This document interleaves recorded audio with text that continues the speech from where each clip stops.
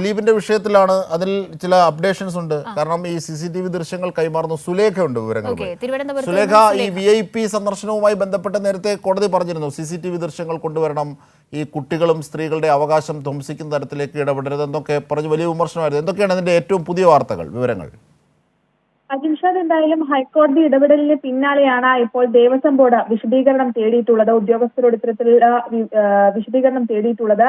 ഇത്തരത്തിൽ ജനങ്ങൾക്ക് ചെറിയ രീതിയിലെങ്കിലും ബുദ്ധിമുട്ടുണ്ടാകാൻ സാഹചര്യം ഒരുക്കിയ ഉദ്യോഗസ്ഥരോടാണ് ഇത്തരത്തിൽ വിശദീകരണം തേടിയിട്ടുള്ളത്. ശബരിമലയിൽ ദിവസേന 10,000-കണക്കിന് ഭക്തരാണ് ദർശനത്തിനായി എത്തുന്നത്. ഇവർക്ക് എല്ലാ തരത്തിലും സുഗമമായ ദർശനം ഒരുക്കുക എന്നത് തിരുവിതാംകൂർ ദേവസ്വം ബോർഡിനെ സംബന്ധിച്ച് പരമപ്രധാനമാണ്. എല്ലാവർക്കും അടിസ്ഥാന സൗകര്യങ്ങളും സമാധാനത്തോടുകൂടിയുമുള്ള ദർശനം ഒരുക്കുന്നതിന് ബോർഡ് പ്രതിജ്ഞാബദ്ധമാണ്.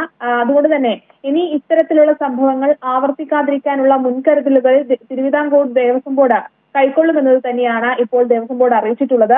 ഇതിൽ വീഴ്ച വരുത്തുന്ന ഉദ്യോഗസ്ഥരുടെ പേരിൽ മുഖം നോക്കാതെ നടപടിയെടുക്കും. ശരി സുലേഖയാണ് വിവരങ്ങൾ, വിശദാംശങ്ങൾ.